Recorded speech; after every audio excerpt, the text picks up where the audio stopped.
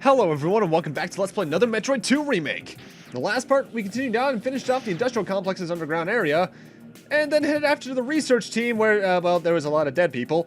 And now we're heading on to what was originally Phase 7 of the original Metroid 2 Return to Samus, which if I recall was, I think, the last of the main areas at least. I think. I might be off on that.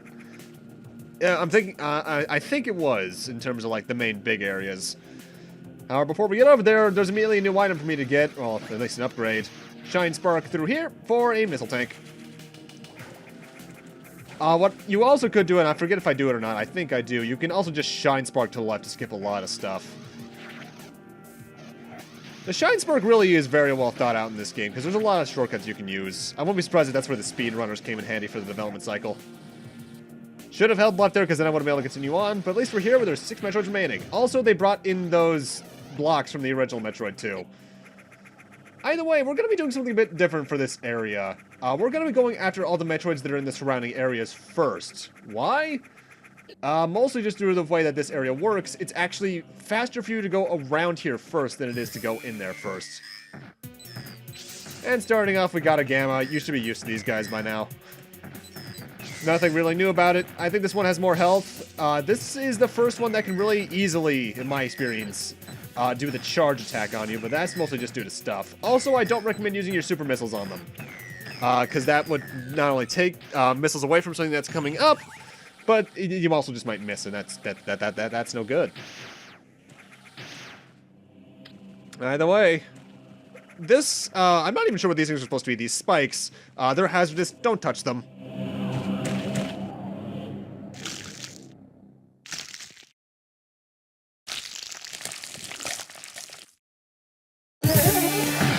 They're evolving again. Ladies and gentlemen, my least favorite Metroid type from the original Metroid 2, the Zeta Metroids. They no longer fly, thankfully. These ones take 20 normal missiles, which is far super missile, no, 4 super missiles, but that's actually pretty annoying because they're still pretty fast here. Most of their attacks consist of them, not dodging, what's the word? What is actually the word? Charging into you and spewing their acid. They're much easier targets than they were in the original game, but you need to be careful because their little sonic slashes can actually deflect your missiles, and they use that more often than not when you're farther away from you, so they can try to deflect your missiles. Though, fun little developmental fact, in terms of pattern, they're actually a combination of their original form in Metroid 2 and the final boss of Fusion. So that's pretty cool. So now we're going to be encountering them for basically the rest of the game. So let's take a look at their bio. Zeta Metroid. After a substantial transformation of its body, the Metroid's power and defenses greatly improve. Though the Zeta Metroid can no longer fly due to its immense weight, its new legs are strong enough to carry it and perform great bursts of speed. The arms can deliver powerful strikes, and its mouth glands can spray a highly corrosive substance. Its 2 prior forms were akin to a pupil phase. Discarding the Gamma Metroid's exoskeleton marks the beginning of its adulthood. Cool. It is my least favorite Metroid type in the game still, but not as bad as it was in the original Metroid 2, because in the original Metroid 2, they were outright annoying. Here, you can do some stuff with them. In fact, I believe, in terms of the rest of the 4 Metroids in this area, 2 or 3 of them, I think, are actually Zetas. I forget the exact amounts because it's been a while since I recorded this footage. Also, this place has seen some breaches, apparently. And it's from here on out, actually, you're going to start seeing me use save points in the middle of the parts. Thankfully, I have a backup save in case I screwed something up. That's mostly just because at this point, enemies are going to start doing enough damage to the point where I'll need to use a save point if I want to get my ammo back. But welcome to the tower. This facility is operating on an emergency power supply. The readings indicate that there is at least one functional device located deep within the facility. So we're going to need to take a look at that. Also, there is now a Metroid over here based off the Metroid shell. And I believe this one's also a Zeta, just in darkness. Yeah, no difference in terms of fight, though. Super missiles are your best way to go about it, which is why I recommended you save your super missiles. Because I believe this next shot will kill it. If I could hit, thank you. That went well. But overall, they are much easier than they used to be. Mostly because in the original Metroid 2, I forget what my exact issue with them was. I think it was how fast they were relative to the size of their hitbox. Plus the amount of damage they did was pretty ridiculous. The damage is more balanced out here, but it's still pretty powerful. Mind you, on the whole, I mentioned it before, but even if you're a Metroid newcomer, no, veteran rather, that's the exact opposite. I think AM2R is actually a fairly challenging game on the first playthrough because enemies do a decent chunk of damage. Plus, ammo reserves aren't as easily recoverable, because you can only recover them, well, at least, through the save stations. Thankfully, on a second playthrough, the game's easier because you know what to expect, but on first playthrough, especially on hard mode, this place can be annoying. Also, I don't show it off much, I'll be walking past it, but on top of the tower, there's actually this really detailed Chozo statue. That's like, it's like two of them holding a planet, and it's really cool. Either way, thankfully in here, we only get a Gamma, and the Gamma can actually get completely screwed over by the surrounding debris. I've actually had a playthrough in one of my tests where I killed this thing without it even, killed this one without it being even able to get to me, which was oh so satisfying. The tower, though, is really where we start to see a lot of added content to the fan remake here. Because the layout, I believe, in the tower is almost entirely different than what it originally was. There's the Chozo statue, by the way. And there's even some new areas added to this area as it is. And I really like that. Obviously, areas 1 and 2 were basically the exact same as they were in the original Metroid, with some visual stuff fleshed out, obviously. The industrial complex had some gimmicks added in just because of the super missiles and speed booster. But it's here especially where stuff just gets really new, and I like it. Mind you, this entire game when I first played it was a breath of fresh air for me, really, because first off, we hadn't gotten a new Metroid game that wasn't Federation Force in, I think, 6 years, which is ridiculous. But it just felt really good, you know? Also, the theme here for the tower is a slower-paced remix of the Magmore Caverns theme from Metroid Prime, which was as it was a remix of the Ridley Layer theme from Super Metroid. It's very slow, but it's a really good remix of it. We'll hear a more apparent remix of it later on, though. This has always actually been one of my favorite Metroid themes, though. I don't know what it is, because I didn't even hear it first in Super Metroid. The first theme I heard, the lower Norfair theme, as it is technically, from Super Metroid, it was Prime, because I played Prime about 3 years before I first played Super. And that's mostly just because of timeline reasons for me. Also, is it just near to the Screw Attack sprite that I just noticed look a lot like this, not the Screw Attack, the Space Jump sprite look a lot like the one from Fusion. In fact, I won't be surprised if it's a modified version of that. Either way, I'm going after one of my least favorite missile tanks in the game right now because you have to go spider ball in the ceiling, and it's surprisingly annoying to try to get to. This was in the original Metroid 2 as well, and it was even more annoying there because it just took so much longer to get up here, but thankfully I got pretty easily there. Also, why was that block broken? That was weird.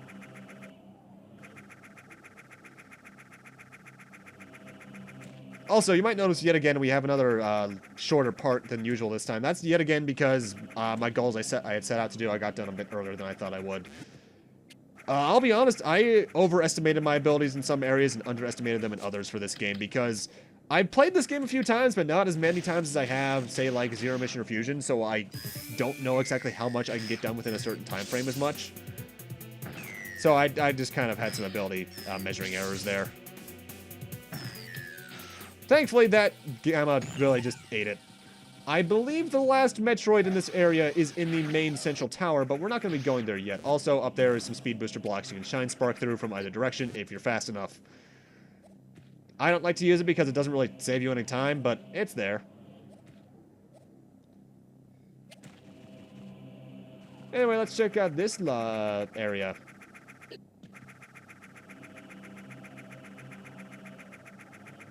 You know, I really wish there was a way you could actually get through those spikes, like maybe shine sparking or something, but nope. Also, if you can't tell by the room design, it's another Zeta. You can really actually tell very easily when you're going to be fighting a Zeta, especially when they first show up, because all the rooms are very flat.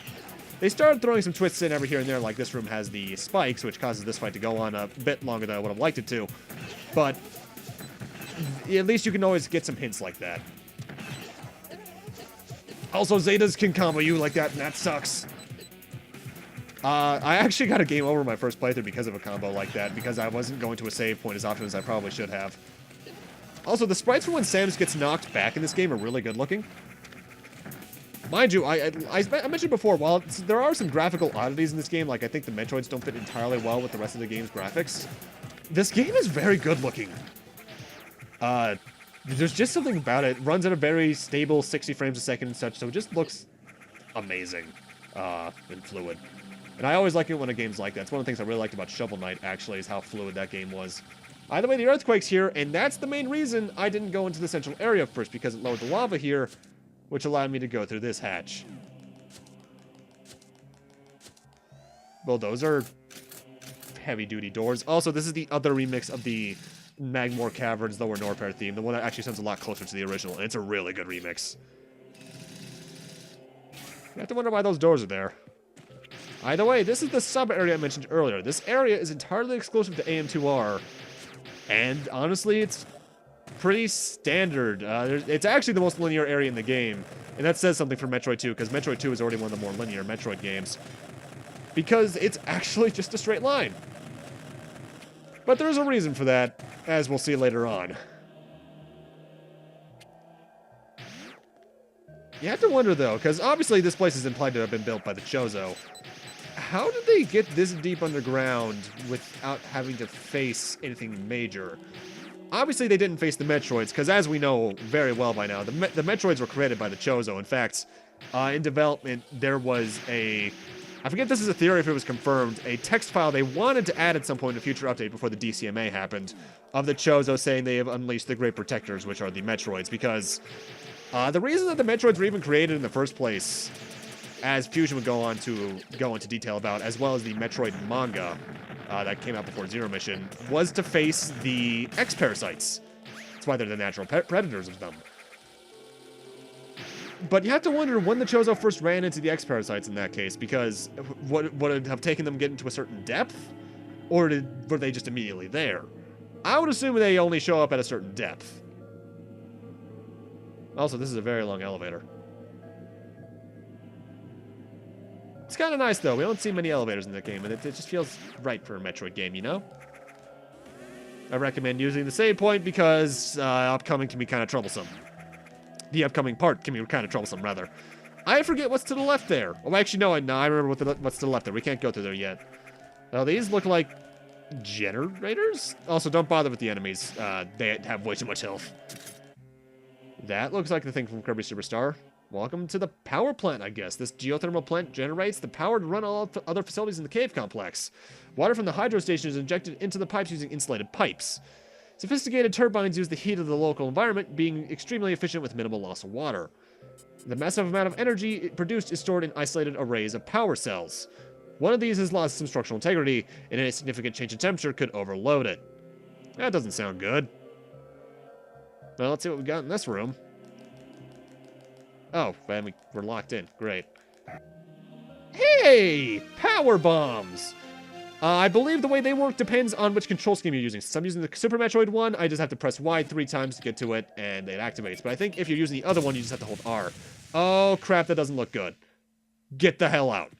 Get the hell out, because we have a self-destruct sequence added in for AM2R. Which actually feels really good, because otherwise Metroid 2 kind of felt empty because of that, because it's the only one that doesn't. We have until it reaches the end of the power cell temperature before this place explodes, so watch the hell out.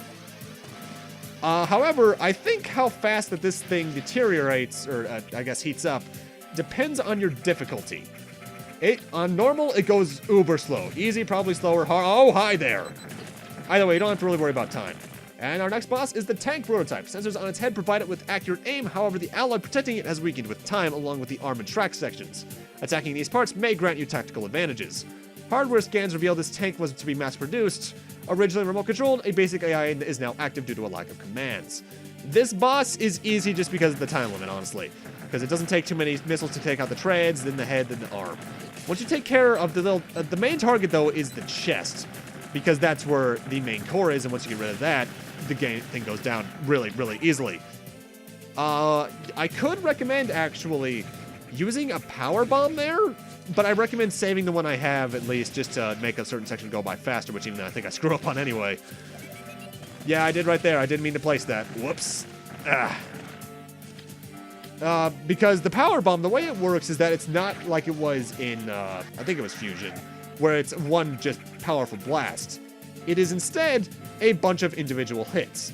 Also, I apologize if the frame rate looks like it's going to crap whenever I blast off the power bomb. I can't tell if that's just in my video editor or if it's in the actual video file, but it looks like the video basically freezes whenever that happens. If it doesn't look like that in the video, you probably think I'm talking about nothing, but the video does freeze for me. Hopefully it doesn't go bad. You might be worried, though, that eventually, like in sections I think it's about to right now, the power cell temperature meter speeds up a little bit. That's only because this sequence is partially scripted for reasons we'll see later on. You don't have to worry about it. You have more than enough time, honestly. I honestly think they probably should have sped it up a little, even in like normal mode. But this section isn't too bad. You have plenty of time, especially if you use the speed booster appropriately.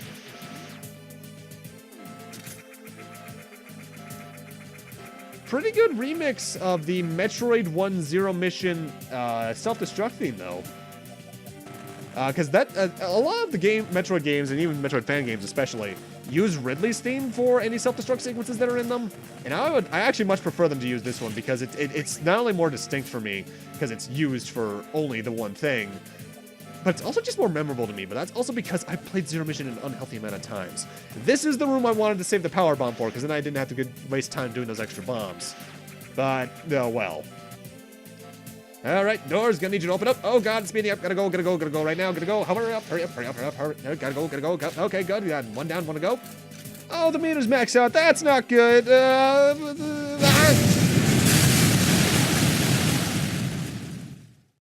Oh, my everything. I'm at 5 health. This section seems kind of dangerous, but it's really not. There's only one enemy in your way, and if you're good, you can just avoid it like that. That is scripted. That always happens. That's just meant to scare you. But with that, and us getting the power bombs, which is the reason I wanted to go after the Metroids first, because the power bombs make the rest of the tower faster to do, I'm going to need to end this off here. Thank you guys for watching, and in part 6, I'll be entering the main part of the tower, and then moving on to some other things afterwards. See you guys then.